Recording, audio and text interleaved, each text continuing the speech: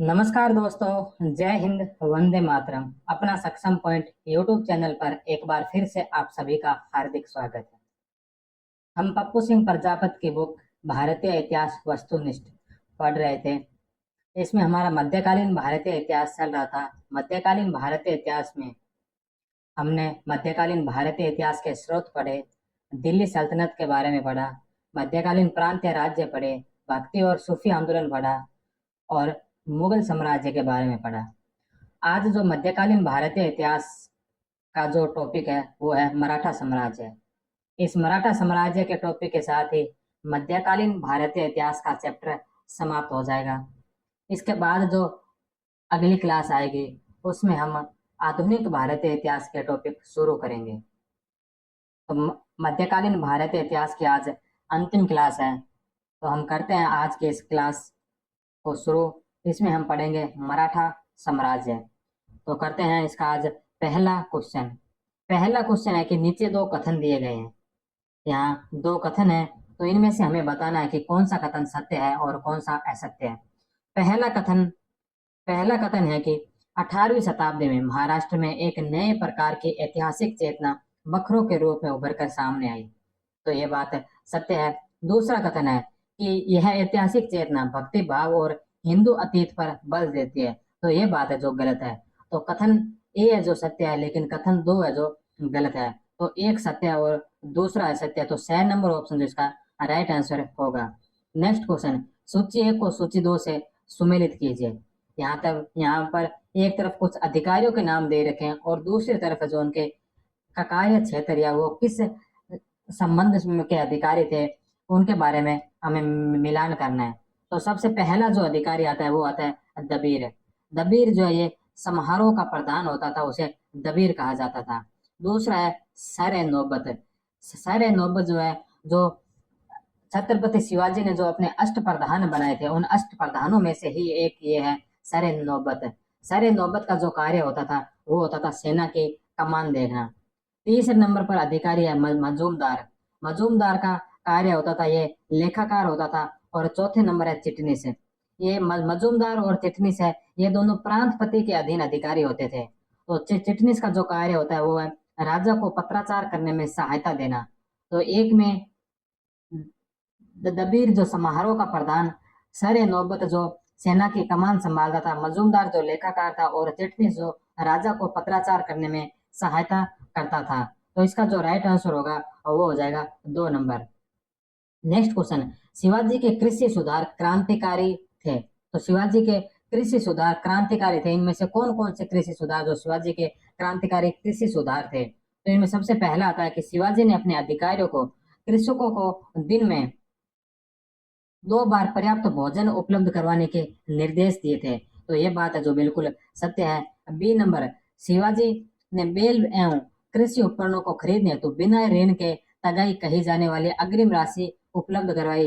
तो यह भी सत्य है। शिवाजी ने कृषकों को अपने ऋण को 8 से 10 वर्षों में अदा करने की रियायत दी।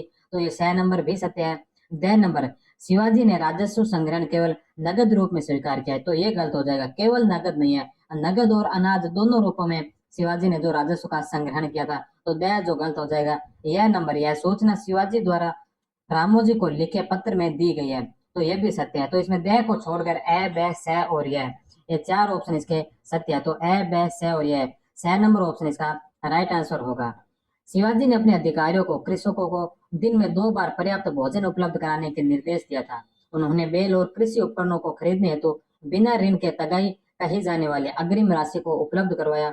उन्होंने कृषकों को यह ऋण 8 से 10 वर्षों में अदा करने की रियायत दी। शिवाजी केवल नगद में राजस्व एकत्रित नहीं करते थे, वह अनाज और मवेशियों जैसी वस्तुओं के रूप में भी राजस्व स्वीकार करते थे। यह जानकारी शिवाजी द्वारा रामोजी को लिखे पत्र में दी गई थी। नेक्स्ट क्वेश्चन है कि इनमें से कौन सा कथन पुरंदर की संधि का हिस्सा नहीं है? तो यहाँ पर जो 4 कथन दे रखे हैं इनमें जो पुरंदर की जो संधि हुई थी तो 11 जून 1665 को हुई थी। 11 जून 1665 जो शिवाजी और जय सिंह के मध्य हुई थी। तो इनमें से कौन सा कथन है जो गलत है पुरंदर की संधि के संबंध में? सबसे पहला है कि 35 किलो में से 23 का समर्पण मुगलों को दे दिया गया। तो ये सत्य है। 35 किलो में से 23 किले मुगलों को दिए और 12 किले जो शिवाजी के पास रहे। बीजापुर कोंकण का क्षेत्र शिवाजी को अनुदान में दिया गया, यह सत्य है। शिवाजी ने दक्षिण में किसी भी मुगल अभियान में भाग लेने में मंजूरी की, यह भी सत्य है। और चौथा, शिवाजी को 5,000 का मनसब अनुदान दिया गया। तो ये 5,000 का जो मनसब अनुदान है, यह शिवाजी को नहीं बल्कि संभाजी को दिया गया था। तो द नंबर है जो गलत है, तो इसमें से गलत कथन पूछा, तो द नंबर ऑप्शन जो इसका राइट आंसर है होगा। नेक्स्ट क्वेश्चन, निम्नलिखित में से कौन शिवाजी के राज्यारोहण राज्याभिषेक में उपस्थित नहीं था? तो इनमें जो ये हेनरी ऑक्सडेन, ये जो शिवाजी के राज्याभिषेक में स्वयं उपस्थित नहीं हुआ था, और इसने ब्रिटिश कंपनी की तरफ से एक हीरे की जो अंगूठी है वो शिवाजी को भेंट के रूप में भेजी थी।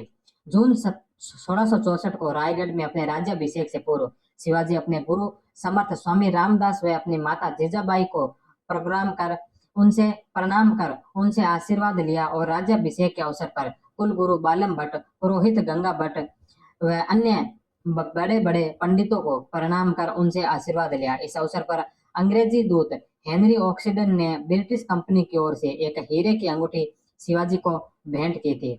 नेक्स्ट क्वेश्चन, निम्नलिखित गद्यांश को पढ़कर ध्यानपूर्वक पढ़िए और नीचे दिए गए प्रश्नों का उत्तर दीजिए। क्या हम शुतुरमुर्ग की तरह अपने सिर को धरती में गाड़े रहेंगे और मराठी भाषा में उपलब्ध इस मूल समकालीन पाठ्य सामग्री को अनदेखा कर देंगे और अपने निष्कर्मों को दूरस्थ ब्रिटिश और डच व्यापारियों की कृतियों लेखों पर आधारित करेंगे, जिनके व्यापार का शिवाजी द्वारा अपने स्वदेश की मुक्ति के लिए विद्रोह के माध्यम से अस्त व्यस्त कर दिया गया था, अथवा उन मुस्लिम वृत्तांतों पर आधारित करेंगे जिसके प्रत्येक वाक्य में हिंदू बगावत के प्रति विद्वेष भरा हो। विंसेंट स्मिथ और उनके अनुगामी मराठा प्रशासन के बारे में, जैसा कि यह उनके स्वदेश में मिलता है, उससे विकृत प्रकार के विचार को प्रस्तुत किया है। विंसेंट स्मिथ शाखा स्कूल लेखन अभिधारणाओं को चुनौती देने और सही संदर्भों को प्रस्तुत करने का समय आ गया है। निम्नलिखित गद्यांश के लेखक कौन है? तो यह गद्यांश लिखा था आर.सी. मजूमदार का है। आर.सी. मजूमदार 4 दिसंबर 1888 को खंडारपाड़ा जिले फरीदपुर पूर्व बांग्लादेश में जन्मे थे। मजूमदार को स्वतंत्रता आंदोलन के पूरे इतिहास को भारत की स्वतंत्रता आंदोलन का इतिहास शीर्षक से 3 खंडों की श्रृंखला में प्रकाशित किया गया। नेक्स्ट क्वेश्चन, मराठा इतिहास में वृत्तांत जो एक महत्वपूर्ण प्राथमिक स्रोत का संगठन है, उसे इस रूप में जाना जाता है, तो बखर के रूप में जाना जाता है। मराठा के इतिहास की विभिन्न घटनाओं पर आधारित 2 से 250 बखर ग्रंथों का लेखन किया गया। विषय पर लेखन की पद्धति के कारण बखर को एक स्वतंत्र वाङ्मय प्रकार का मूल्य प्राप्त हुआ। अति प्राचीन बखर मायकावती की बखर या महिम की बखर मानी जाती है। इसका लेखन काल सन 1448 से 1478 के बीच माना जाता है। छत्रपति शिवाजी के समकालीन बखर लेखन की संख्या अधिक है। इनमें से सभासद की बखर समकालीन है, अन्य उत्तरकालीन या शिवचरित पर लिखी गई है। कृष्ण जी अनंते सभासद ने सभासदाची बखर लिखी। संस्कृत एवं फारसी में प्रचुर शब्दों की योजना का धारा प्रवाह भाषा के कारण शिवचरित पठनीय बन गया, जबकि पोथी मराठा साहित्य में पोथी साहित्य होता था, जिसमें कविता पौराणिक कथाओं को लिखा जाता था। मराठी संत एकनाथ ने सामाजिक देवी देवताओं की परंपरा की पोथी लिखी थी। बही का अर्थ लेखा जोखा होता है। खाता बही मराठा प्रशासन में कई प्रकार की होती थी। वही रोज लिखने वाली होती थी, जिसमें दैनिक कार्यों का लेखा जोखा का वर्णन किया गया होता था। नेक्स्ट क्वेश्चन है कि मराठा सैनिकों के संगठन में परिवर्तन के बारे में देशी स्रोतों का व्यापक स्तर पर उपयोग किसके द्वारा किया गया? तो देशी स्रोतों का जो प्रयोग किया गया था वो किया गया था जदुनाथ सरकार और A.R. कुलकर्णी के द्वारा। जदुनाथ सरकार की पहली पुस्तक India of Aurangzeb topography statistics and roads 1901 में प्रकाशित हुई। औरंगजेब का इतिहास के प्रथम 2 खंड 1919 में और 5वां तथा अंतिम खंड 1928 में छपा था। उनकी पुस्तक शिवाजी एंड हिज टाइम्स 1919 में प्रकाशित हुई। मुगल और मराठा इतिहास पर लिखे उनके शोधपरक ग्रंथ ऐतिहासिक ग्रंथों में प्रामाणिक माने जाते हैं। A.R. कुलकर्णी ने मध्यकालीन कोंकण का सटीक वर्णन किया है। सह्याद्री चट्टानों से उठती तटीय पट्टी धीरे धीरे पूर्वी दिशा में जाते हुए तिरछी हो जाती है। A.R. कुलकर्णी और जदुनाथ सरकार ने मराठा सेना के परिवर्तन में देशी स्तर पर स्रोतों का व्यापक प्रयोग करके मराठा सेना की गुणवत्ता और उनके आदर्श प्रयोगों का वर्णन किया है। नेक्स्ट क्वेश्चन, पेशवा डायरियों और पेशवा दफ्तरों में सैनिकों द्वारा संपूरित मराठा इतिहास के स्रोतों का व्यापक स्तर पर किसके द्वारा उपयोग किया गया है? तो यह किया गया है जीएस सरदेसाई और वार्ड के द्वारा। विपिन चंद्र के अनुसार ब्रिटिश इतिहासकारों ने 18वीं शताब्दी के मराठा साम्राज्य के ब्राह्मण प्रभुत्व वाले के बारे में उसी तरह लिखा जैसा दिल्ली सल्तनत या मुगल साम्राज्य के मुस्लिम पर प्रभाव के बारे में लिखा, पर भारतीय इतिहासकारों ने बदले हुए दृष्टिकोण को ग्रहण नहीं किया। उदाहरण के लिए जीएस सरदेसाई और वार्ड ने मराठाओं के लिखे हुए डायरी और दफ्तरों के सैनिकों द्वारा संपूरित मराठा इतिहास के संपूर्ण स्रोतों का व्यापक ढंग से प्रयोग किया है। जीएस सरदेसाई ने कहा था, यह कहा जाता है कि माधवराव और नारायण राव के राज्यकाल में देशों और कोंकण रूपों के बीच ठनी हुई थी। यह कतई सही नहीं है। मैंने दोनों जातियों के ऐसे सदस्यों को पेश कर सकता हूँ जो दूसरे पक्षों के साथ पंक्तिबद्ध थे। विपिन चंद्र ने इतिहासकार सरदेसाई के इस कथन को राष्ट्रीय एकता का परिचायक माना है। नेक्स्ट क्वेश्चन, निम्नलिखित में से किसने दुर्भावनापूर्ण तरीके से विचार दिया कि मराठा लुटेरों के स्तर से ऊपर उठने में विफल रहे? तो यह बात कही थी विंसेंट स्मिथ और पर्सिवल स्पेयर ने। विंसेंट ऑर्थर स्मिथ 1848 से 1920, पर्सिवल स्पेयर 1901 से 1982। दोनों इतिहासकार चाटुकार सेकुलरवादी तथा वामपंथी इतिहासकारों ने मुगल शासनकाल में भारतीय राष्ट्रपिता की विवेचना तथा स्वरूप को तथ्य रहित तथा मनमाने ढंग से प्रस्तुत किया है। इन्होंने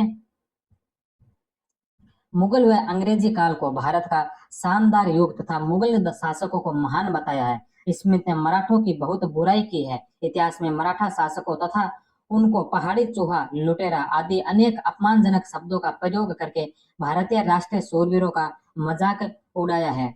नेक्स्ट क्वेश्चन, यह किसका अभिकथन है कि शिवाजी का स्वराज कुछ भी नहीं था, केवल वतन की प्रतिकृति थी? तो यह कथन कहा था आंद्रे विंक ने। 3 नंबर ऑप्शन जो इसका राइट आंसर है। नेक्स्ट क्वेश्चन, सूची 1 को सूची 2 से मिलान कीजिए। एक तरफ अधिकारियों के नाम दे रखे हैं और दूसरी तरफ जो उनके कार्य क्षेत्र दिए हुए हैं। तो सबसे पहला था ऊपरी जो है मराठों के शासनकाल में काश्तकारी अवधि की एक कोटि थी। दूसरा अमला, कलर क्या कर संग्राहक था। देसाई जो संपत्तिधारी या राजस्व अधिकारधारी था। और मसंद जो संगतों के अभिहित पर भारी स्थानीय सिख अधिकारी होता था। तो 1 में 1, 2 में 2, 3 में 3 और 4 में 4। तो ए नंबर ऑप्शन जो इसका राइट आंसर होगा। नेक्स्ट क्वेश्चन, निम्नलिखित में से किस साम्राज्य के अंतर्गत सैनिक सेवा के समर्थन हेतु गांव से राजस्व कार्य अर्थात सरंजाम एक लोकप्रिय प्रथा थी? तो मराठा साम्राज्य, 3 नंबर ऑप्शन। शिवाजी द्वारा स्थापित मराठा राज्य संभाजी के शासनकाल तक बना रहा। 1707 में शाहू की पुनर्स्थापना छत्रपति के रूप में हुई और 1719 में बालाजी विश्वनाथ ने दक्षिण के 6 प्रांतों में चौथ और सरदेश मुखी की वसूली का अधिकार मुगल प्रांतों से प्राप्त किया। तो विभिन्न मराठा सरदारों को अपने प्रति आकर्षित करने और उनकी निष्ठा प्राप्त करने के उद्देश्य से शाहू ने इन सरदारों को दक्कन के विभिन्न क्षेत्रों में चौथ और सरदेश मुखी वसूलने का अधिकार हस्तांतरित कर दिया। इस संबंध में प्रदत्त भूक्षेत्र सरंजाम शब्द मूलतः उन अधिकार पत्रों के लिए प्रयुक्त होता है जिनके माध्यम से चौथ और सरदेश मुखी वसूलने का अधिकार प्रदान किया जाता है तथा यह व्यवस्था सरजमी कहलाई। नेक्स्ट क्वेश्चन, निम्नलिखित में से क्या चौथ आय का भाग नहीं था? तो जो नाग भाग है यह चौथ आय का भाग नहीं था। बप्ती, नाडगोड़ा और सहोत्रा ये चौथ आय का भाग होता था। चौथ तथा सरदेश मुखी मराठा राज्य के कराधान की प्रमुख प्रणाली थी। रानाडे के अनुसार चौथ सैन्य कर था। सरदेसाई के अनुसार चौथ विदित क्षेत्रों में वसूल किया जाने वाला कर था। यदुनाथ सरकार के अनुसार यह मराठा आक्रमण से बचने के एवज में वसूल किया जाता था। चौथ विदित राज्यों के क्षेत्र से उपज के 1/4 1/4 के रूप में लिया जाता था। चौथ से प्राप्त आय को 4 भागों में बांटा जा सकता है, जिनमें सबसे पहला है बप्ती। बप्ती है जो आय का 25% भाग राजा के लिए सुरक्षित रखा जाता था। सहोत्रा आय का 6% भाग पंत सचिव के लिए सुरक्षित रखा जाता था। तीसरा है नाडगोंडा जो आय का 3% भाग राजा की इच्छा पर निर्भर था। और चौथा है मोकास, आय का 66% मराठा सरदारों को घुड़सवार रखने के लिए दिया जाता था। नेक्स्ट क्वेश्चन, 1674 में शिवाजी का राज्याभिषेक कहाँ हुआ था? तो 1674 में जो शिवाजी का राज्याभिषेक रायगढ़ में हुआ था और इसी समय शिवाजी ने रायगढ़ को अपनी ऑफिशियल राजधानी बनाया था। नेक्स्ट क्वेश्चन, निम्नलिखित कथनों को ध्यान से पढ़िए और सही उत्तर का चयन कीजिए। तो यहाँ पर दो कथन दे रखे हैं। शिवाजी को भूमिकर प्रणाली रेतवाड़ी कहलाती है। तो शिवाजी की जो भूमिकर प्रणाली थी उसे रेतवाड़ी कहते हैं, ये बात सत्य है। शिवाजी के काल में भूमिकर के रूप में उपज का 40% लिया जाता था। तो ख भी सत्य है। तो क और ख दोनों जो इसके राइट आंसर होंगे। शिवाजी की राजस्व व्यवस्था अहमदनगर के मलिक अहमद की रेतवाड़ी प्रथा पर आधारित थी। इसमें किसानों से सीधा संपर्क स्थापित किया जाता था। शिवाजी ने भूमि की पैदाइश के आधार पर लगान निर्धारित किया तथा भूमि को ठेके पर देने की प्रथा त्याग दी तथा जागीर प्रथा को समाप्त किया था। भूमि के नाप की इकाई कांठी थी। 20 कांठी 1 बीघा के बराबर होती थी तथा 120 बीघा 1 चंवर के बराबर होती थी। 20 कांठी बराबर 1 बीघा, 120 बीघा बराबर 1 चंवर। सरजमी व्यवस्था मराठा भू राजस्व प्रणाली थी। राजस्व निर्धारण के लिए शिवाजी का राज्य 16 प्रांतों में विभक्त था। शिवाजी के आदेश पर अन्नाजी दत्तो ने 1679 में विस्तृत भू सर्वेक्षण करवाया। अन्नाजी दत्तो का मराठा टोडरमल कहा जाता था। अन्नाजी दत्तो जो ये मराठाओं के टोडरमल कहलाते थे। जिस प्रकार टोडरमल ने मुगल साम्राज्य में जो भू सर्वेक्षण करवाया था, उसी प्रकार हम मराठाओं में जो भू सर्वेक्षण करवाया अन्नोजी दत्तो ने करवाया था। तो अन्नोजी दत्तो को मराठा का टोडरमल कहते हैं। आरंभ में पैदावार का 1/3 लगान के रूप में वसूल किया जाता था। बाद में यह 40% या 3/4 भाग हो गया, क्योंकि इसके बदले स्थानीय करो या वह चुंगी को माफ कर दिया गया। लगान नगद व अनाज दोनों रूपों में दिया जा सकता था। नेक्स्ट क्वेश्चन, निम्नलिखित में से किसने मराठा सम्राट प्रशासन में सेनाकर्ते पद का सर्जन किया? तो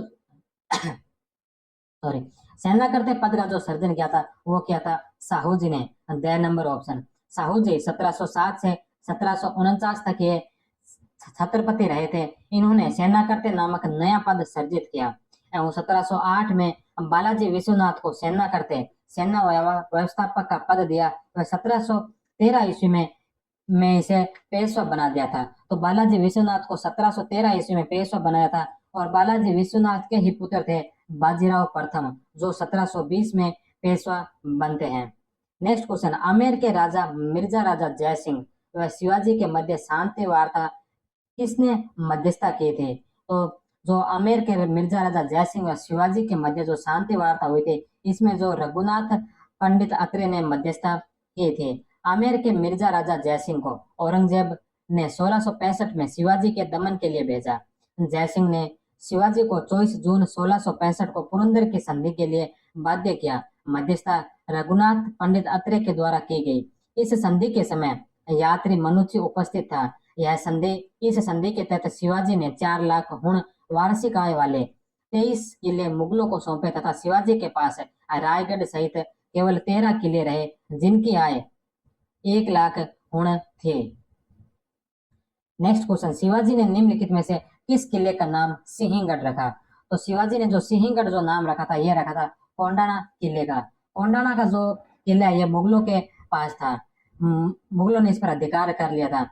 4 फरवरी 1670 को 4 फरवरी 1670 को शिवाजी ने इस कोंडाना दुर्ग पर एक विजय अभियान किया था। इस विजय अभियान का जो नेतृत्व किया था, जो इसके सेनापति थे, वो थे तानाजी मालसुरे। तानाजी मालसुरे ने सफल नेतृत्व किया और इस कोंडाना दुर्ग को जीत लिया था। लेकिन इसके साथ ही तानाजी मालसुरे उस युद्ध में वीर गति को प्राप्त हुए थे। उस समय शिवाजी ने एक लाइन भी बोली थी कि गढ़ तो आलापन सिंह गेला। वो तानाजी को सिंह बोला करते थे, इसलिए इस किले का नाम भी सिंहगढ़ रख दिया। तानाजी मालसुरे के ऊपर एक मूवी भी बनी थी अजय देवगन की, वो भी आप सबने देखी होगी। नेक्स्ट क्वेश्चन, किस स्थापत्य शैली के बारे में हरमन गोज ने लिखा कि मंदिरों में सामान्यतः एक बड़ी दीपमाला या दीपकों के लिए स्तंभ रहा करते थे? तो यह कौन सी शैली के बारे में कहा था? तो यह मराठा शैली के बारे में। राजा राम के मृत्युपरांत उसकी विधवा ताराबाई ने किसके नाम से शासन किया? तो ताराबाई ने अपने अल्पायु पुत्र शिवाजी द्वितीय के नाम से। निम्नलिखित में से कौन सा सही सुमेलित नहीं है? तो चौथ जो शिवाजी द्वारा खर्च युद्ध खर्च के रूप में मांगा गया भूमि लगान का चौथा भाग होता था। टंका तांबे का सिक्का था। इजारा राजस्व को ठेके पर देने की प्रथा थी। हस्तबोध जो भू राजस्व निर्धारण की एक विधि थी, ये गलत है। तो 4 नंबर ऑप्शन जो है सत्य है, जो इसका राइट आंसर है होगा। मराठी शब्दावली देशमुख के समानार्थी उत्तर भारत में कौन सा पद है? तो उत्तर भारत में मराठों में जो देशमुख का पद था, उसी पद को उत्तर भारत में चौधरी कहा जाता था। तो 2 नंबर ऑप्शन इसका राइट आंसर है। नेक्स्ट क्वेश्चन, यहाँ पर एक अभिकथन और दूसरा तर्क दे रखा है, तो इसमें हमें बताना है कि कौन सा सही है।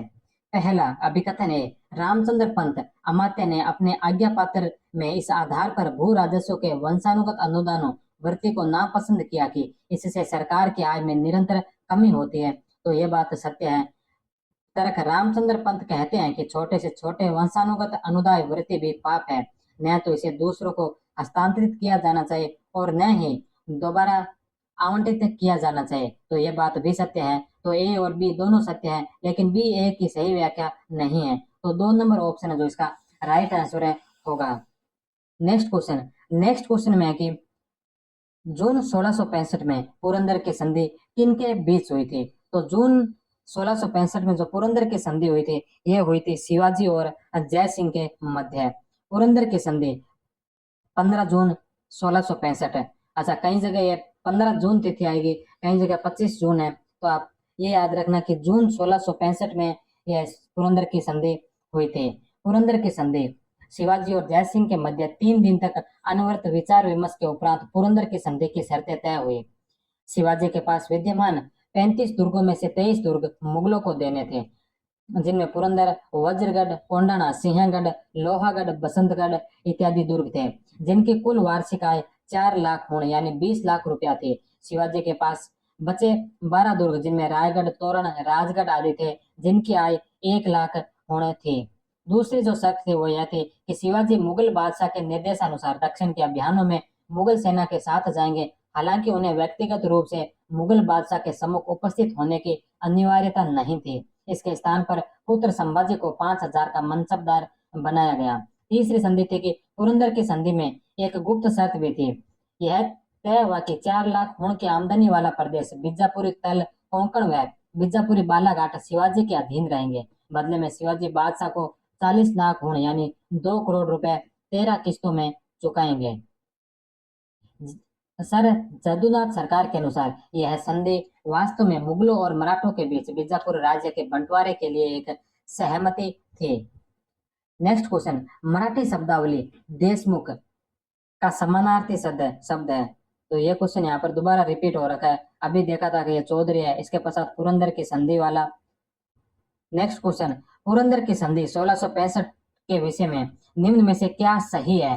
तो इनमें जो शिवाजी को अपने 23 किले मुगलों को देने पड़े, यह बात सत्य है। शिवाजी को मुगलों की मदद करनी पड़ी, यह भी सत्य है।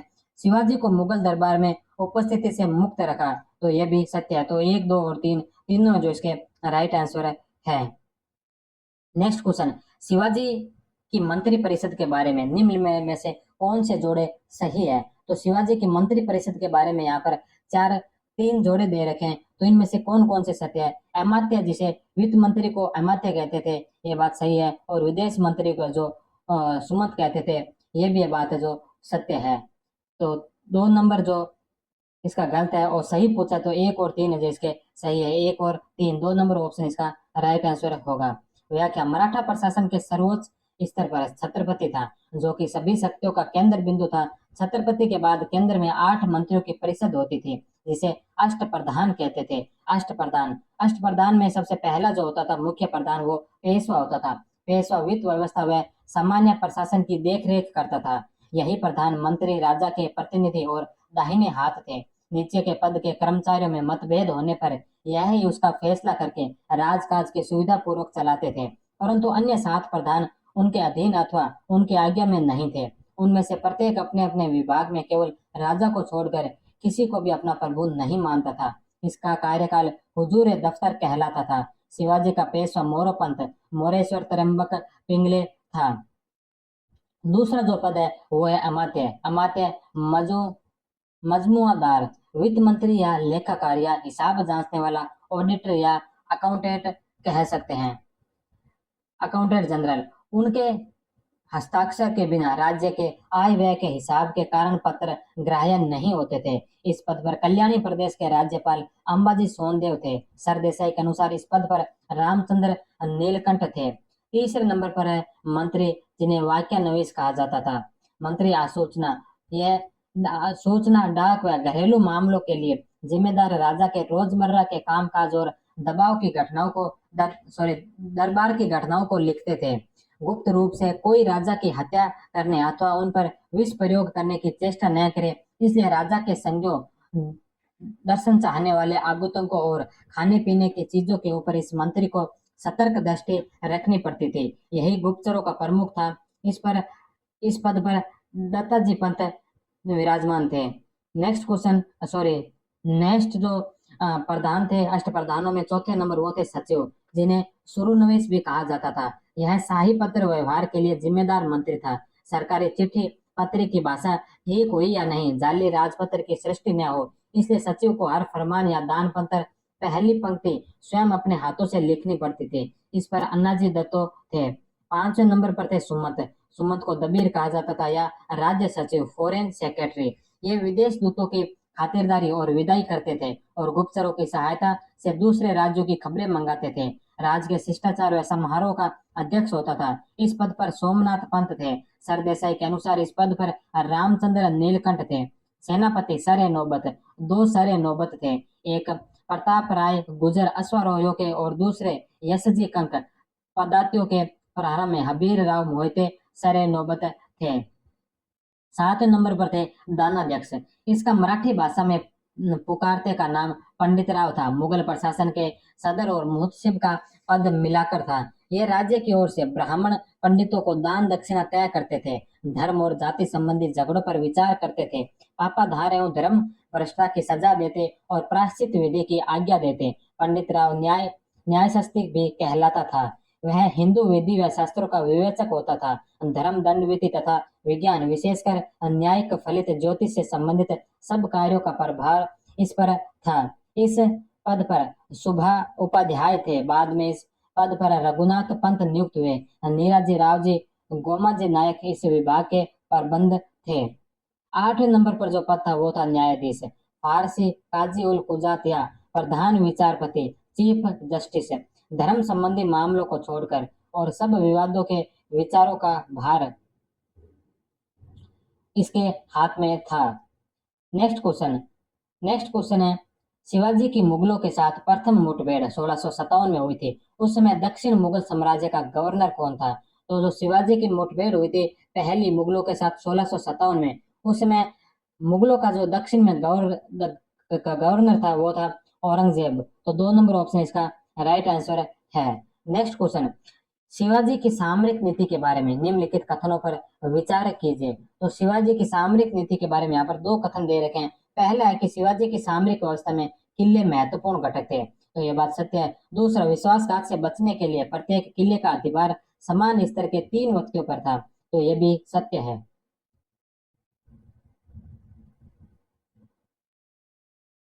तो ए और बी दोनों इसके राइट आंसर है। तो 4 नंबर ऑप्शन जो इसका राइट आंसर होगा। मराठा सैन्य व्यवस्था के विशिष्ट लक्षण व शिवाजी की शक्ति के प्रमुख स्रोत है किले। विवरणकारों के अनुसार शिवाजी के पास 250 किले थे, जिनकी देख रेख पर वे बड़ी रकम खर्च करते थे। अमात्य रामचंद्र पंत ने आज्ञा पत्र अजन पत्र में लिखा है कि समस्त राज्य का सार दुर्ग है। शिवाजी ने प्रत्येक किले को 3 समान किलेदारों के हाथों में रखा। उनमें से हर एक अपने विभाग में स्वतंत्र था। प्रत्येक किलेदार अन्य 2 पर सतर्क दृष्टि रखता था, इसलिए उन लोगों का एक साथ मिलकर मालिक का किला व संपत्ति नाश करने का षड्यंत्र करना असंभव था। हवलदार, सरे नौबत और सबनीरा प्रथम दो जाति के मराठा होते थे और तीसरा ब्राह्मण। सबनीस नागरिक व राजस्व प्रशासन देखता था, शेष 2 सैन्य संचालन के पहलुओं को देखते थे। नेक्स्ट क्वेश्चन, शिवाजी के राज्य के 4 दक्षिणी प्रांतों में से एक का प्रांतपति था। तो इनमें से जो एक का प्रांतपति दक्षिण के राज्यों का प्रांतपति पूछा है, तो इनमें जो अन्नाजी दत्तो है, अन्नाजी दत्तो जो दक्षिण पश्चिम प्रांत के प्रांतपति थे। मोरम्बक मोरोतरम्बक पिंगले, ये उत्तरी प्रांत के प्रांतपति थे। दत्तोजी पिंगले जो दक्षिणी पूर्वी जो प्रांत के दक्षिणी पूर्वी प्रांत जो सतारा से धारवाड़ तक का क्षेत्र था, तो दक्षिणी पूर्वी प्रांत के प्रांतपति थे। तो इसमें जो है ना दक्षिण के पूछा है, तो दक्षिण में अन्नाजी दत्तो भी नाम आ रहा है, दत्तोजी पंत भी आ रहे हैं। तो इस क्वेश्चन को जो एक बोनस क्वेश्चन माना गया था। प्रांतीय प्रशासन मराठा राज्य सूबों, तर्क व मौजों में विभक्त था। शिवाजी का अपना देश अथवा उनके अपने प्रांतों को मराठी अभिलेखों में शिव स्वराज तथा फारसी में पुराना राज ममालिक कदीमी कहा जाता था। प्रांतों का प्रमुख सर कारकुन अथवा मुख्य देशाधिकारी सर सूबेदार कहलाता था। कर्नाटक के मुख्य देशाधिकारी सर सूबेदार का स्थान अन्य से ऊंचा था तथा उसे अधिक स्वायत्तता प्राप्त थी। प्रांत प्रमुखों की नियुक्ति छत्रपति स्वयं करते थे। उनकी सहायता के लिए भी अष्टप्रधान की तरह 8 अधिकारी नियुक्त थे। शिव स्वराज प्रधानतः 3 प्रांतों में विभक्त था। उत्तरी प्रांत सलहेर से पुणे तक विस्तृत यह देश अर्थात खास महाराष्ट्र वाला हिस्सा था, जो पेशवा मोरोपंत तिरंबक पिंगले के अधीन था। सामान्यतः यहाँ का प्रशासन छत्रपति स्वयं देखते थे। दक्षिणी प्रांत जो कोंकण अथवा सह्याद्री से पश्चिमी का प्रदेश कनारा तक विस्तृत था, यह अन्नाजी दत्तो के अधीन था। दक्षिणी पूर्वी प्रांत सतारा से धारवाड़ तक का विस्तृत अर्थात दक्षिणी महाराष्ट्र व पश्चिमी कर्नाटक, यह प्रांत दत्ताजी पंत के अधीन था। पूर्वी कर्नाटक यानी मद्रास की दिग्विजय 1677-78 ईस्वी के फलस्वरूप जिंजी, वेलूर, आसनी, अंसी आदि शिवाजी के अधिकार में आ गए थे और कई इतिहासकार इसे चौथे प्रांत के रूप में उल्लेखित करते हैं। इस क्षेत्र की राजधानी जिंजी थी तथा संताजी को यहाँ का प्रभारी बनाया गया था। नेक्स्ट क्वेश्चन, सूची 1 को सूची 2 से मिलान कीजिए। यहाँ पर ये जो क्वेश्चन है यहाँ पर ये गलत प्रिंट हो रखा है। ये तो भक्ति और सूफी आंदोलन से संबंधित प्रश्न है। चलो हम इसको भी कर लेते हैं। सबसे पहला सहज संप्रदाय। सहज संप्रदाय का जो इसमें संबंध है वो है शाक्त और तांत्रिक परंपरा की शुरुआत की थी वल्लभाचार्य जिन्होंने पुष्टि मार्ग का प्रचार किया था। हित हरिवंश जो राधा वल्लभ संप्रदाय के संस्थापक थे और श्रीपद राय ये दासकूट आंदोलन के प्रवर्तक थे। तो 1 में 2, 2 में 3, 3 में 4 और 4 में है जो 1, तो इसका जो राइट आंसर होगा वो हो जाएगा 2 नंबर। 2 नंबर जो इसका राइट आंसर होगा। नेक्स्ट क्वेश्चन, शिवाजी के संदर्भ में निम्न तिथि में कौन सी सुमेलित नहीं है? तो यहाँ पर जो 4 तिथियां दे रखे हैं इनमें से सुमेलित कौन सी नहीं है? सबसे पहला था कि जावली दुर्ग पर अधिकार 1647 है। तो जावली दुर्ग पर अधिकार जो 1647 में नहीं बल्कि 1656 में किया था, तो पहला ये जो गलत हो जाएगा। पुरंदरगढ़ पर अधिकार 1648, सूरत की लूट 1664 है। सूरत की लूट एक 1664 में की थी और सूरत की जो दूसरी लूट की थी वो की थी 1670 में। तो 3 नंबर भी सत्य है। 4 नंबर पुरंदर की संधि तो 1665, ये भी सत्य है। तो इसमें गलत कथन पूछा है, तो 1 नंबर ऑप्शन है जो इसका राइट आंसर होगा। जावली विजय, शिवाजी ने देश विजय का वास्तविक सिलसिला जावली विजय से ही आरंभ किया था, जब उन्होंने सतारा जिले के उत्तर पश्चिम में कोने में स्थित सुप्रसिद्ध दुर्ग जावली को विजित किया। यह दुर्ग चंद्रराव मौर्य के नियंत्रण में था। रघुनाथ बल्लाल कोरडे के माध्यम से षड्यंत्र पूर्वक चंद्रराव मौर्य की हत्या करवाकर शिवाजी ने जावली पर अधिकार कर लिया। यह किया था 15 जनवरी 1656 को। नेक्स्ट क्वेश्चन, मध्यकालीन दक्षिणी भारत में बारजीगिरी या बारगीगिरी क्या थी? तो यह गोरिल्ला युद्ध पद्धति को जो बारजीगिरी कहा जाता था। नेक्स्ट क्वेश्चन, निम्नलिखित में से कौन शिवाजी प्रशासन में प्रमुख भू सर्वेक्षक थे? तो प्रमुख भू सर्वेक्षक है ये जो अन्नोजी दत्त थे। अन्नोजी दत्त को जो है दक्षिण का टोडरमल या मराठाओं का टोडरमल कहा जाता है।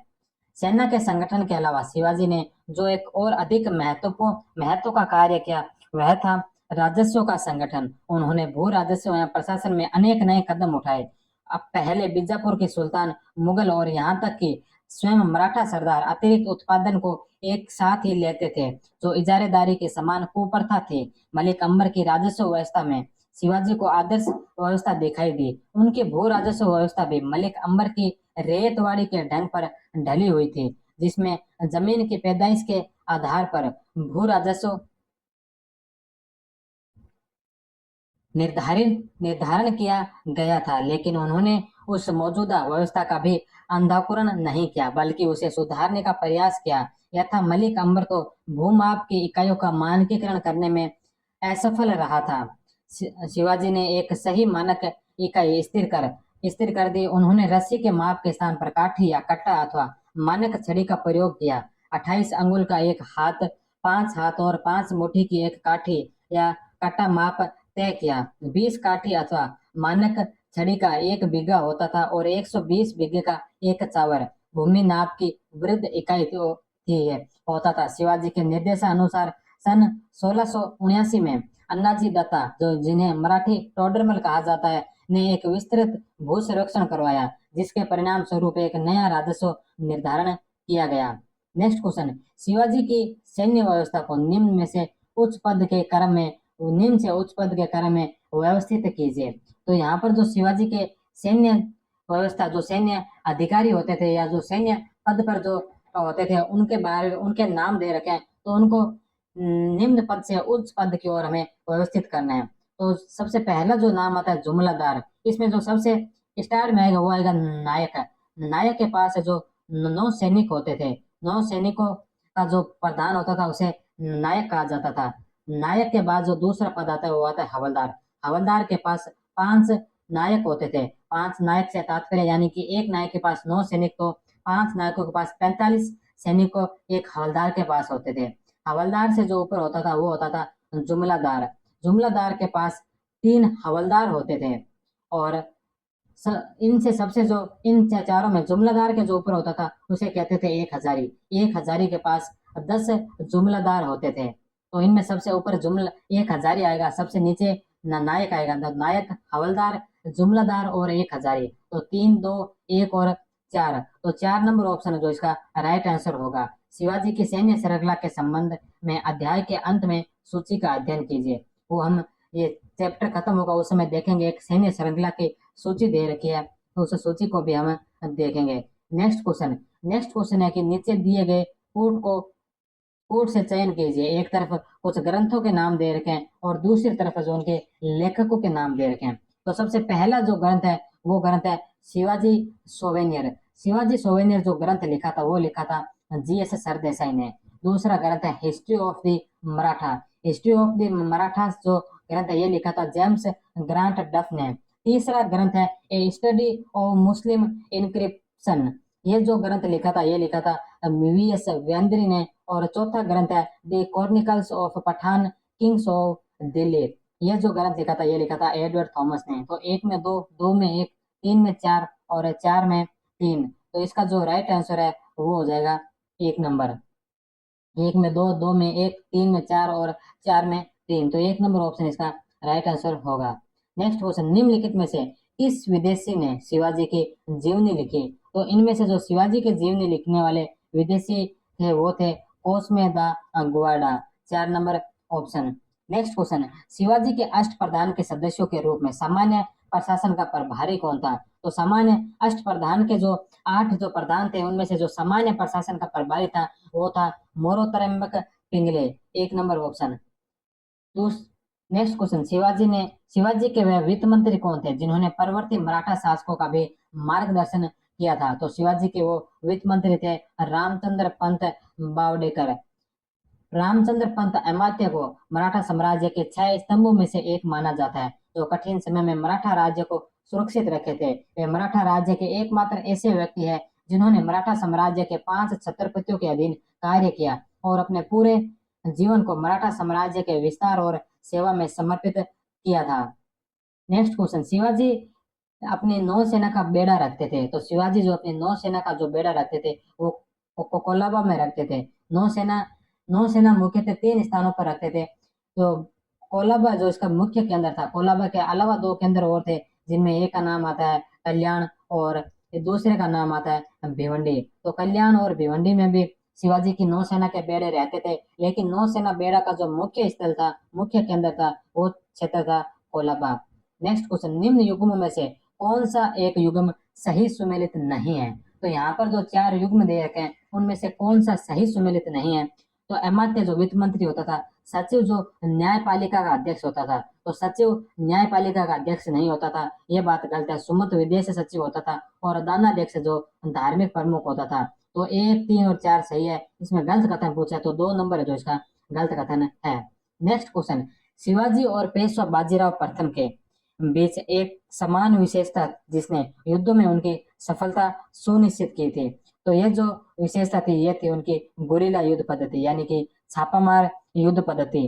तो 3 नंबर ऑप्शन जो इसका राइट आंसर है। मराठा राजनीति में दायाद का अर्थ समझा जाता है, तो दायाद जो कहा जाता है वो सरकार को कहा जाता है। 2 नंबर ऑप्शन।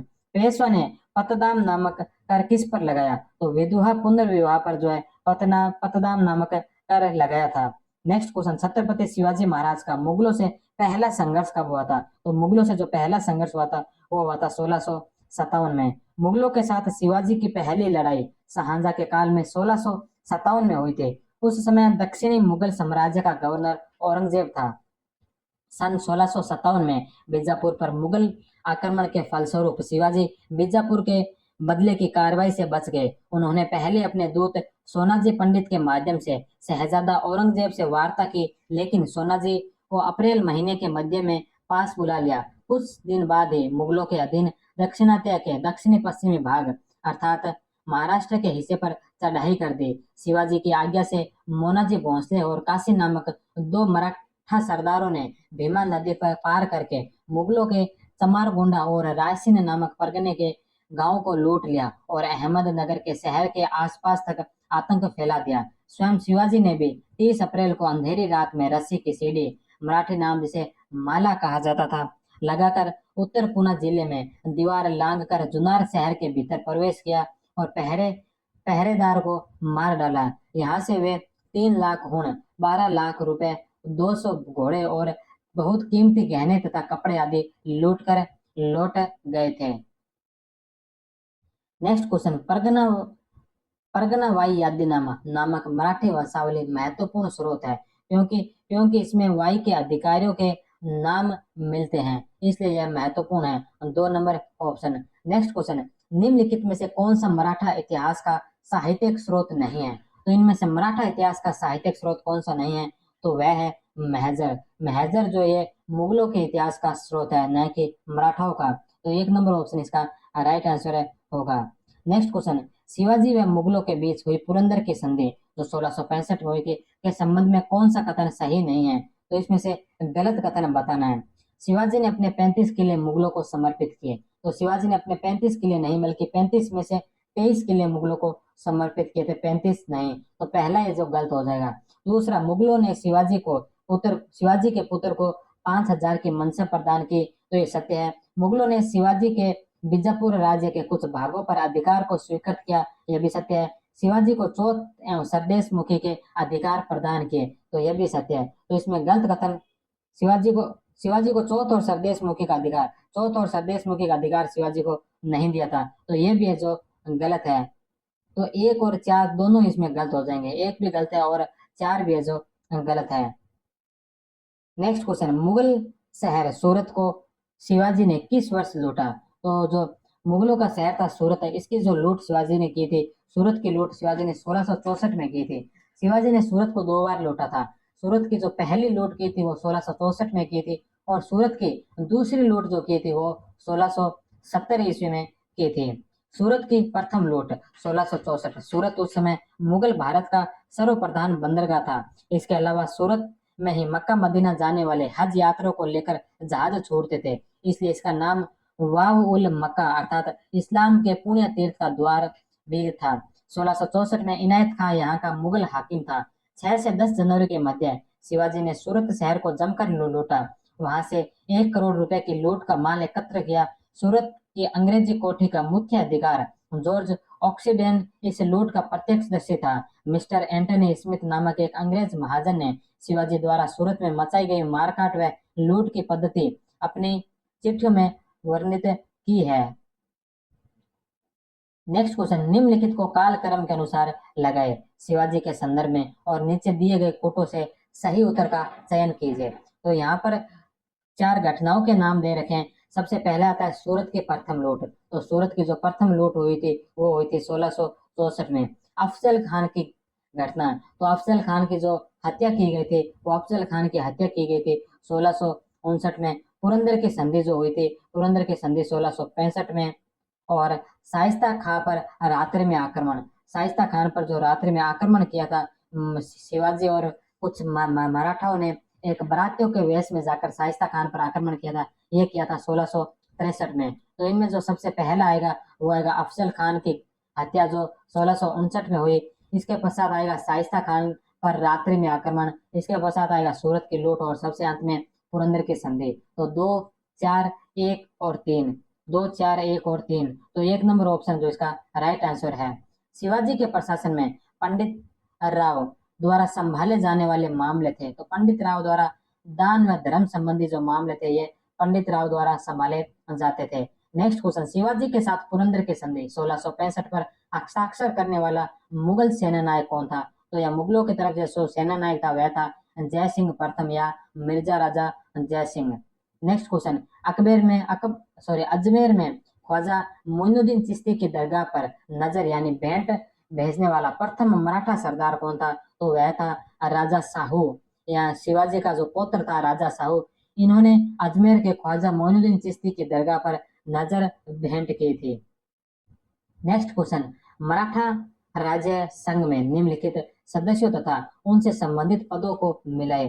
तो एक तरफ कुछ सदस्य दे रखे हैं और दूसरी तरफ जो उनके सत्ता के जो पद थे वो कौन सी जगह पर वे पद थे उनका हमें सुमेलित करना है। तो इनमें सबसे पहला जो आता है पेशवाज, पेशवाज जो ये पुणे में थे। दूसरा आता है भोसलेज, भोसलेज का जो संबंध है वो नागपुर से है। तीसरे नंबर पर है गायकवाड़, गायकवाड़ बड़ौदा में थे। होलकर्स, होलकर्स जो है ये इंदौर में थे। और सिंधिया जो है, सिंधियाओं का जो राज था वो था ग्वालियर में। तो 1 में 4, 2 में 1, 3 में 3, 4 में 5 और 5 में 2। तो इसका जो राइट आंसर होगा वो हो जाएगा 4 नंबर, 4 नंबर जो इसका राइट आंसर है। नेक्स्ट क्वेश्चन, इन घटनाओं को सही कालक्रम में व्यवस्थित कीजिए। यहाँ पर कुछ घटनाएं दे रखी है जिनमें सबसे पहला नाम आता है सूरत में विध्वंस। तो सूरत में जो विध्वंस किया था, जो सूरत की लूट की थी, तो पहली लूट में सूरत में सिर्फ लूट कर गए थे। जब सूरत की दूसरी लूट की थी उस समय सूरत में काफी विध्वंस मचाया था। तो यह किया था 1670 में। शिवाजी की ताजपोशी, तो शिवाजी की ताजपोशी 1674 में। तीसरे नंबर पर है आगरा में शिवाजी को कैदी बनाना। तो शिवाजी को जो कैदी बनाया था आगरा में, यह बनाया था 1666 में। और पुरंदर की संधि जो हुई थी 1665 में। तो इनमें सबसे पहले आएगा पुरंदर की संधि, इसके पश्चात आगरा में शिवाजी को कैद, फिर सूरत में विध्वंस और चौथे नंबर पर है शिवाजी की ताजपोशी। तो द, से, ए और बै, तो 2 नंबर ऑप्शन इसका राइट आंसर है। मराठा सैनिकों के रैंकों को सही श्रेणी क्रम के अनुसार व्यवस्थित कीजिए। तो ये हमने पहले ही देखा था सैनिकों का क्रम। तो इनमें जो सबसे जो पहले आएंगे वो आएंगे सरी नौबत, सरी नौबत के पश्चात जुमालदार, जुमालदार के पश्चात, जुमालदार के पश्चात हवलदार और हवलदार के पश्चात है जो नायक। तो द, से, ब और ए, द, से, ब और ए, तो 4 नंबर ऑप्शन जो इसका राइट आंसर है। नेक्स्ट क्वेश्चन, शिवाजी का मुगलों के विरुद्ध प्रथम शक्ति प्रदर्शन था। तो यह जुन्नर व अहमदनगर के मुगल क्षेत्रों पर आक्रमण करना, 2 नंबर ऑप्शन। नेक्स्ट क्वेश्चन, मराठाओं द्वारा जागीर के लिए क्या शब्द इस्तेमाल किया जाता था? तो मराठा जागीरों के लिए जो शब्द का इस्तेमाल करते थे वो करते थे सरंजाम। मराठाओं के समय जागीरों को सरंजाम कहा जाता था। नेक्स्ट क्वेश्चन, छत्रपति शिवाजी महाराज को किस वर्ष में मराठा राजा के रूप में ताज पहनाया गया? तो ये 1674 में। नेक्स्ट क्वेश्चन, मराठा राज्य में निम्न में से कौन एक ग्रामीण अधिकारी नहीं था? तो देश पांडे, देश पांडे जो ग्रामीण अधिकारी नहीं था। चोंगुल, महार और कुलकर्णी, ये तीनों ग्रामीण अधिकारी थे। सूची 1 को सूची 2 से सुमेलित कीजिए। एक तरफ कुछ घटनाओं के जिक्र है, दूसरी तरफ जो उनसे संबंधित ईयर है कि कौन सी घटना किस वर्ष में घटित हुई थी। तो इनमें सबसे पहला आता है शिवाजी का राज्यारोहण। तो शिवाजी का राज्यारोहण 1674 में हुआ था। दूसरे नंबर पर आता है अफजल खान की हत्या जो 1659 में हुई थी। शाइस्ता खान पर हमला जो 1663 में हुआ था। और शिवाजी मुगल दरबार में जो 1666 में हुआ था। तो इसमें जो राइट आंसर होगा 1 में 3, 2 में 2, 3 में 1 और 4 में 4। तो एक नंबर ऑप्शन जो इसका राइट आंसर है। नेक्स्ट क्वेश्चन, शिवाजी के प्रशासन में सर ए नौबत का कार्य क्या था? तो सर ए नौबत का कार्य था सेना की देखभाल करना। तो 2 नंबर ऑप्शन इसका राइट आंसर है। नेक्स्ट क्वेश्चन, किस इतिहासकार ने शिवाजी को मध्यकालीन भारत का सर्वश्रेष्ठ सर्जनशील व्यक्तित्व बताया है? तो ये शिवाजी को जो मध्यकालीन भारत का सर्वाधिक सर्जनशील व्यक्तित्व बताने वाले इतिहासकार थे JN सरकार। तो 4 नंबर ऑप्शन इसका राइट आंसर है। सरंजाम शब्द क्या था? तो सरंजाम सैनिक सेवा के बदले जो आवंटित जमीन होती थी उसे सरंजाम कहा जाता था। सरंजाम यह पूर्णतः सैनिक सेवा के बदले दिए जाने वाला भू अभिस्थांकन था तथा मनसबदारी व्यवस्था के समान जात और फौज 2 रूपों में दिया जाता था। जात जो सैनिक सेवाओं के लिए सर्जन सरंजामदार के नेतृत्व के वेतन के रूप में प्रदान किया जाता था, जबकि फौज सरंजाम सेना व किले आदि की व्यवस्था के मद में प्रयुक्त होता था। ज्ञात है कि मोकासा तथा सरंजाम दोनों ही के अंतर्गत किसी भी क्षेत्र के राजस्व में से सरदेशमुखी चौथ तथा बाबली आदि के मद में आने वाले राज्य का हिस्सा काट कर ही राजस्व छोड़ा जाता था, क्योंकि उपयुक्त कर राज्य के विशेष अधिकार के सूचक थे। नेक्स्ट क्वेश्चन, शिवाजी के राजस्व नीति प्रभावित थी? तो शिवाजी के राजस्व नीति जो प्रभावित थी ये थी मलिक अंबर से। नेक्स्ट क्वेश्चन है कि मराठों के विषय में निम्नलिखित में से कौन सा कथन असत्य है? तो यहाँ मराठों के संदर्भ में 4 कथन दे रखे हैं, तो इनमें से असत्य कथन कौन सा है वो हमें बताना है। औरंगजेब की मृत्यु के बाद शाहू जी के नेतृत्व में मराठों ने आदि समय एक स्वतंत्र राज्य स्थापित करने का प्रयास किया, तो ये बात गलत है। बाजीराव 1720 में पेशवा बना। 1740 में मराठों ने राजस्थान दोआब के भागों और पंजाब पर नियंत्रण स्थापित करने का प्रयास किया। 18वीं शताब्दी में मराठा शक्ति का विस्तार मराठा सरदारों के नेतृत्व में हुआ, तो ये भी जो सत्य है। तो इसमें हमें असत्य कथन के बारे में पूछा है, तो असत्य कथन 1 नंबर होगा, तो 1 नंबर इसका राइट आंसर है। के शासनकाल में मराठों ने अपने प्रताप को समझ लिया था? तो Shahjahan. 4 number option. Next question, Ashtapradhan जो शिवाजी के मराठा साम्राज्य के प्रशासन में सहायता करते थे के संदर्भ में निम्नलिखित में से कौन केंद्रीय प्रशासन के प्रभारी थे? तो केंद्रीय प्रशासन के प्रभारी थे मोरोपंत त्र्यंबक पिंगले। नेक्स्ट क्वेश्चन, मराठों के अधीन जमींदारी व्यवस्था को कहते हैं? तो मराठों के अधीन जमींदारी व्यवस्था उसको मिरासदारी कहा जाता है। नेक्स्ट क्वेश्चन, बखर है। बखर इतिहास रचना के वर्णनात्मक साध को बखर कहा गया। इस संदर्भ में सबसे महत्वपूर्ण मराठी ग्रंथ कृष्णजी अनंत सभासद द्वारा लिखित शिवाजी की जीवनी बखर शिवाजी छत्रपति चरित्र 18वीं शताब्दी है। चित्रगुप्त ने इसे और विस्तृत किया। मराठी इतिवृत्त बखार या बखर कहलाते हैं। रामचंद्र पंत अमात्य द्वारा लिखित संभाजी का अदना पत्र या आज्ञा पत्र या मराठ साहित्य राजनीति 1716 ईस्वी है। अन्य ऐसे प्रमुख मराठी ग्रंथ है जिसमें शिवाजी से लेकर संभाजी तक की घटनाओं का जिक्र है। पावडव पोवाडे मराठी शौर्य की कविताएं हैं। नेक्स्ट क्वेश्चन, निम्नलिखित में से किस दक्षिणी मुस्लिम राज्य के अमीरों ने प्रथम बार मराठों को छापामार युद्ध पद्धति के लिए प्रशिक्षित किया था? तो वह थे अहमदनगर के मलिक अंबर। नेक्स्ट क्वेश्चन, राजा जयसिंह ने पुरंदर के दुर्ग की घेराबंदी क्यों की? शिवाजी के क्षेत्रों के मध्य स्थित उनकी वही परिवार व खजाना रखा था, इसलिए जो जयसिंह ने पुरंदर के दुर्ग की घेराबंदी की थी। नेक्स्ट क्वेश्चन, मराठा के उत्कर्ष के महत्वपूर्ण कारण निम्नलिखित में से क्या थे? तो इनमें से मराठाओं के जो उत्कर्ष के महत्वपूर्ण कारण इनमें से कौन कौन से हैं? तो सबसे पहला आता है कि महाराष्ट्र की भौगोलिक स्थिति। तो महाराष्ट्र की भौगोलिक स्थिति थी, ये बात सत्य है। तत्कालीन धार्मिक आंदोलन, शिवाजी का जुझारू व्यक्तित्व, शिवाजी द्वारा दक्षिणी शासकों से आर्थिक व सैन्य सहायता प्राप्त करना, तो ये बात है जो गलत है। तो इसमें महत्वपूर्ण कारण 3 है, अ, ब और स। महाराष्ट्र की भौगोलिक स्थिति, तत्कालीन धार्मिक आंदोलन और शिवाजी का जुझारू व्यक्तित्व। तो अ, ब और स 1 नंबर ऑप्शन इसका राइट आंसर है। उपलब्ध स्रोतों के आधार पर शिवाजी का वह अनुरेखित किया जाता है। तो 1647 ईस्वी से शिवाजी का पहला स्वाधीन काम 7 मार्च 1647 में दादाजी कोंडदेव का देहांत हो गया। उसी समय से जब उनकी उम्र केवल 20 वर्ष की ही थी तो शिवाजी खुद मुख्तार हो गए।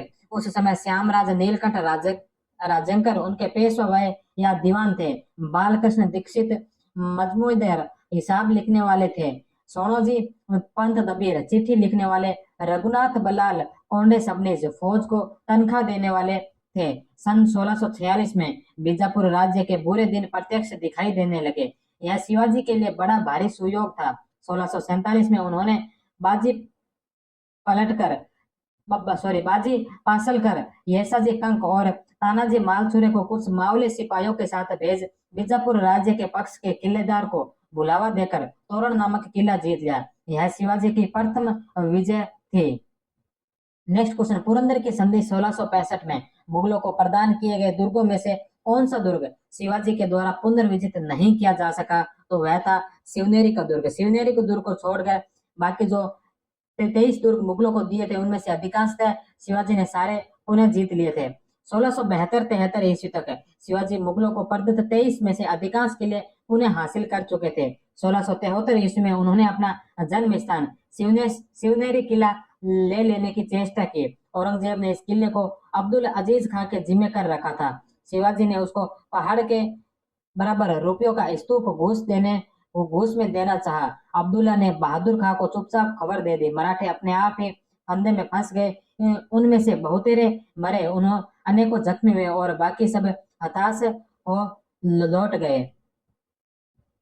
नेक्स्ट क्वेश्चन, मराठा प्रशासन में गांव का लेखपाल कहलाता है। तो मराठा प्रशासन में गांव का जो लेखपाल होता था उसे कुलकर्णी कहते थे। नेक्स्ट क्वेश्चन, देशमुख, पाटिल एवं नायक विभिन्न नाम किसे दिए गए थे? तो देशमुख, पाटिल और नायक ये जो नाम है ये जमींदारों को दिए गए थे। नेक्स्ट क्वेश्चन, कर्नाटक के रास्ते में उन्होंने कृष्णा नदी के तट पर श्रीशैल के शिव मंदिर की तीर्थ यात्रा की। चलते समय उन्होंने नदी पर स्नान घाट, मठ और तीर्थ यात्रियों के लिए विश्राम स्थल बनाने के लिए भी पर्याप्त धन दिया। इनमें इस उक्ति में से किस मराठा शासक के बारे में कहा गया है? तो ये थे छत्रपति शिवाजी महाराज। श्रीशैल कर्नूल शहर से 70 मीटर पूर्व की ओर यहाँ मल्लिकार्जुन शिव का मंदिर है। मंदिर में हाथी, घोड़े, बाघ, शिकारी, योद्धा, योगी और रामायण तथा पुराण आदि के दृश्य बड़ी सुंदरता से खुदे हुए हैं। विजयनगर के दिग्विजय सम्राट कृष्णदेव राय के धन से मंदिर के चारों ओर की दीवारों और तमाम छत सोने के चमकदार पत्थरों की चादर से मढ़ी हुई थी। 1513 ईस्वी में इस वंश के एक सम्राज्ञी ने ऊपर से नीचे कृष्णा के जल की धारा तक 1000 फीट से भी अधिक लंबे मार्ग में पत्थर जड़वा दिए गए थे। उसके नीचे घाट का नाम पाताल गंगा और कुछ दूर नीचे की दूरी से दूसरे तल नील गंगा नाम दूसरा घाट रखा। शिवाजी ने श्रीशैल में जाकर स्नान, पूजा, दान, लक्ष्य ब्राह्मण भोज इत्यादि पुण्य कार्य करते हुए वहीं पर नवरात्र बिताया। यह स्थान उनको द्वितीय कैलाश या शिव के स्वर्ग के समान जान पड़ा। नेक्स्ट क्वेश्चन है, नादिर शाह के आक्रमण के विरुद्ध मुगल सहायता करने के पीछे मराठों की रुचि के विषय में निम्नलिखित में से कौन से सत्य है? तो इनमें पहला है कि मराठा नादिर शाह के आक्रमण को बाहरी हमलावर द्वारा दिया गया आक्रमण मानते थे। तो यह बात सत्य है। अगर नादिर शाह हिंदुस्तान में रह जाता तो एक नए राजवंश की स्थापना करता तो वह मराठा महत्वाकांक्षी को पहचानने वाला गहरा आघात होता। तो ये 2 नंबर भी जो सत्य है। 3 नंबर, शाहू ने बाजीराव को बादशाह की मदद के लिए जल्दी पहुंचने को कहा। औरंगजेब से एक समझौते के मुताबिक तय किया गया था कि जब भी साम्राज्य परेशानी में होगा मराठा मदद करेंगे। यह भी सत्य है। बाजीराव फौरन मुगल सेना की मदद के लिए पहुंचा। तो बाजीराव जो मुगल सेना की सहायता के लिए नहीं पहुंचा था। तो 4 नंबर जो गलत है। तो 1, 2 और 3 ये तीनों जो इसके राइट आंसर है। नेक्स्ट क्वेश्चन, मराठों के संबंध में निम्नलिखित में से कौन सा कथन सही नहीं है? तो इनमें से गलत कथन कौन सा है?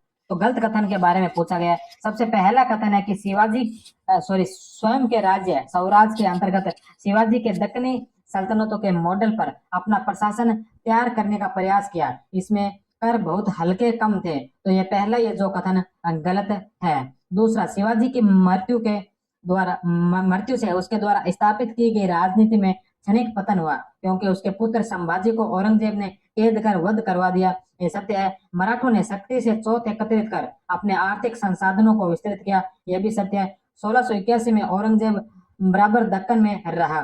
तो 1681 के बाद जो औरंगजेब है वो दक्कन में ही रहा था। यह भी सत्य है। तो गलत कथन पूछा तो 1 नंबर है जो इसका गलत कथन है। नेक्स्ट क्वेश्चन, मराठों के संदर्भ में निम्नलिखित में से सही नहीं है।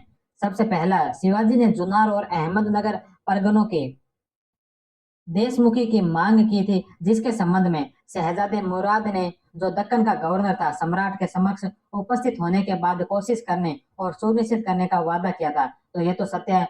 1644 के एक फरमान में कहा गया कि शाहजी कोंडाने में उनके प्रतिनिधि या एजेंट दादाजी कोंडदेव के विद्रोही गतिविधियों के कारण दरबार से हटा दिया गया है। तो ये बात भी सत्य है। तीसरा, मवाली पैदल सैनिक दक्कन में शहजादे मुराद की सेना का सशक्त अंग बन गए थे। तो ये गलत है। शिवाजी ने 1656 में मराठा प्रमुख चंद्रराव मौर्य से जावली जीत लिया था। तो ये सत्य है। तो गलत कथन पूछा, तो 3 नंबर ऑप्शन जो इसका गलत कथन है। नेक्स्ट क्वेश्चन, यह किसका दावा था कि शिवाजी का स्वराज केवल मात्र वतन की प्रतिकृति है? तो यह बात कही थी आंद्रे विंक ने। नेक्स्ट क्वेश्चन, निम्नलिखित कथनों पर विचार कीजिए। इनमें से जो गलत कथन है वो बताना है, सही कौन सा और गलत कौन सा। पहला, शिवाजी ने अपने स्वराज क्षेत्र में दक्कन की शक्तियों की घुसपैठ को नियंत्रित किया। तो यह सत्य है। उन्होंने 1664 में सूरत को लूटा। यह भी सत्य है। उन्होंने शाइस्ता खान व मिर्जा राजा जयसिंह के आक्रमणों का सफलतापूर्वक सामना किया।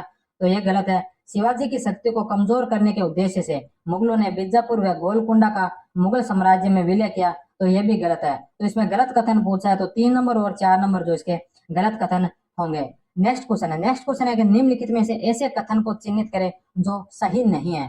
तो इसमें से जो गलत कथन है वो हमें बताने हैं। तो सबसे पहला कि पेशवाओं के काल में मराठा राजस्व एक मजबूत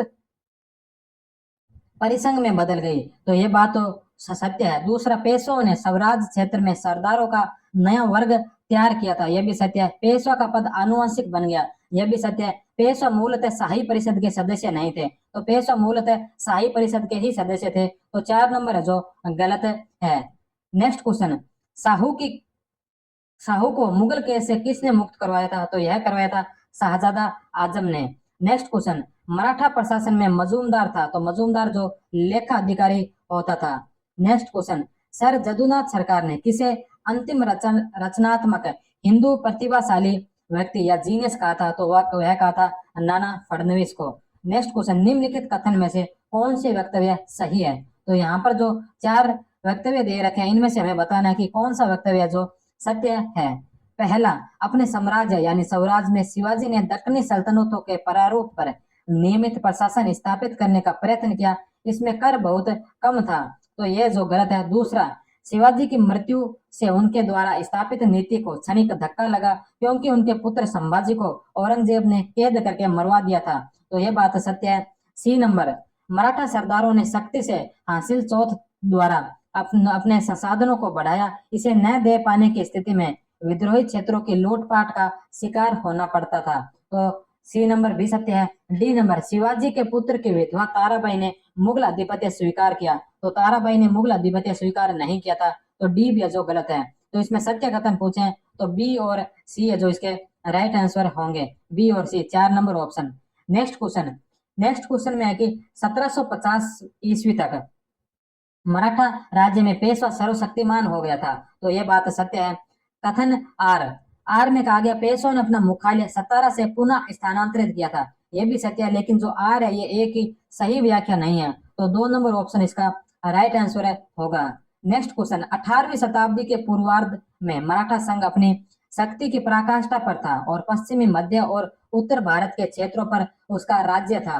तो यह बात सत्य है। राजपूतों ने मुगलों के विरुद्ध मराठों का समर्थन किया। तो राजपूतों और मराठों में हमेशा युद्ध होते थे। राजपूतों ने मराठों का समर्थन नहीं किया। तो आर है जो गलत है। तो ए सही और आर गलत है। तो 3 नंबर ऑप्शन इसका राइट आंसर है। नेक्स्ट क्वेश्चन, किसके काल में अष्टप्रधान मंडल में पंत प्रतिनिधि और हुकूमत पन्हा नामक 2 नए पद जोड़े गए? तो ये जोड़े गए थे राजाराम के काल में। तो छत्रपति राजाराम के काल में ये 2 नए पद जोड़े गए थे।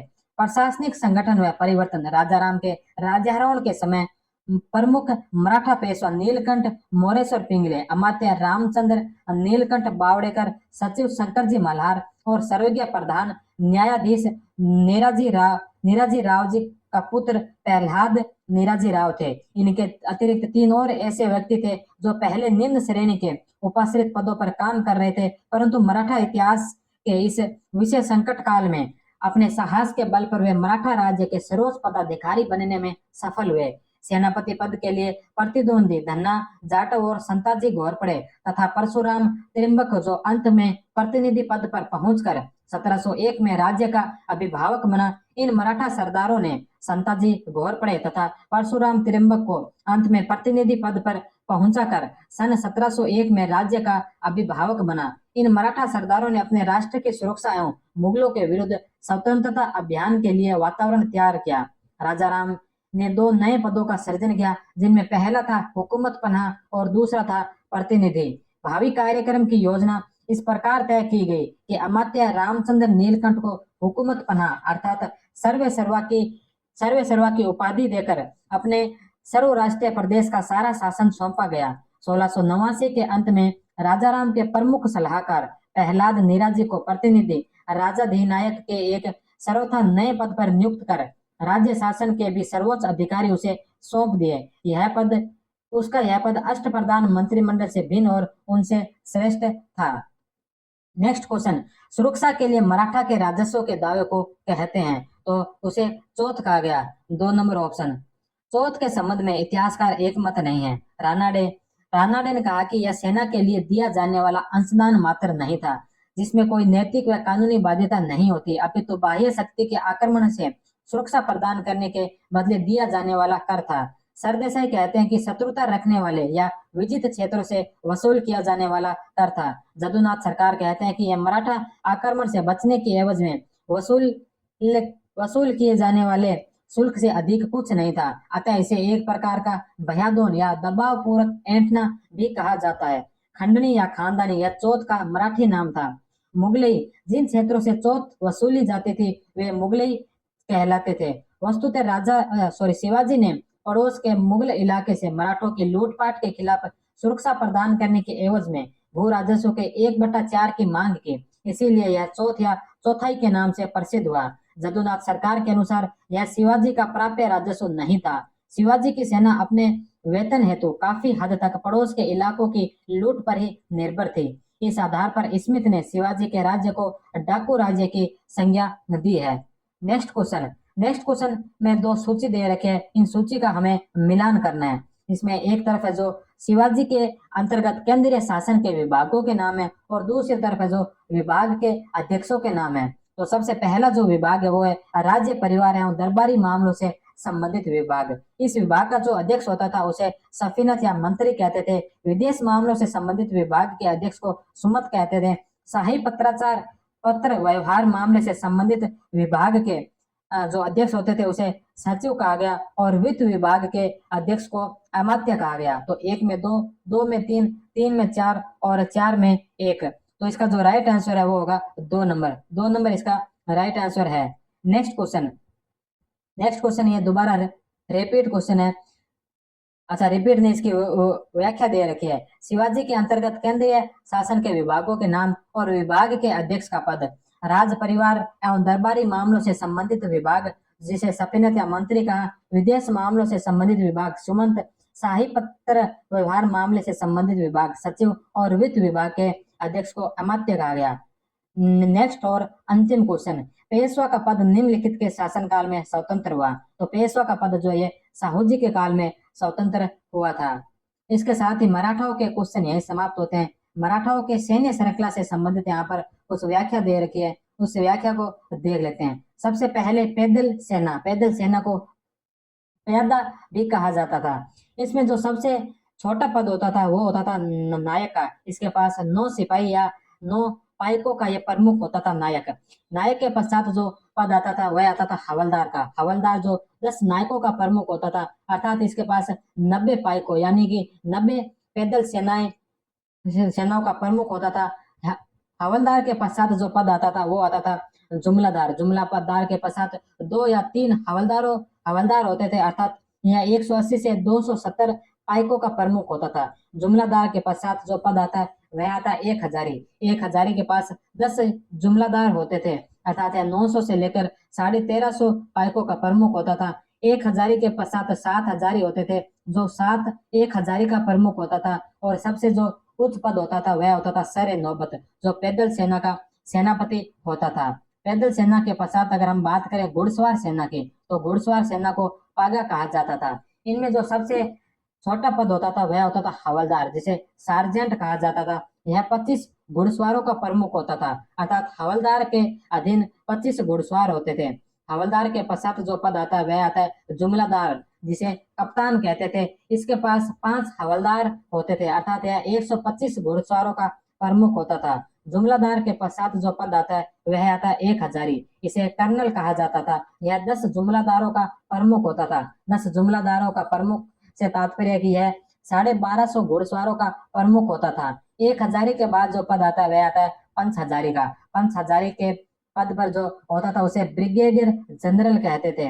यह 5 1 हजारी का प्रमुख होता था, अर्थात इसके पास 6250 घुड़सवार होते थे। और सबसे जो उच्च पद होता था वह होता था सर नौबत, जिसे सेनापति कहते थे। यह घुड़सवार सेना का प्रमुख होता था।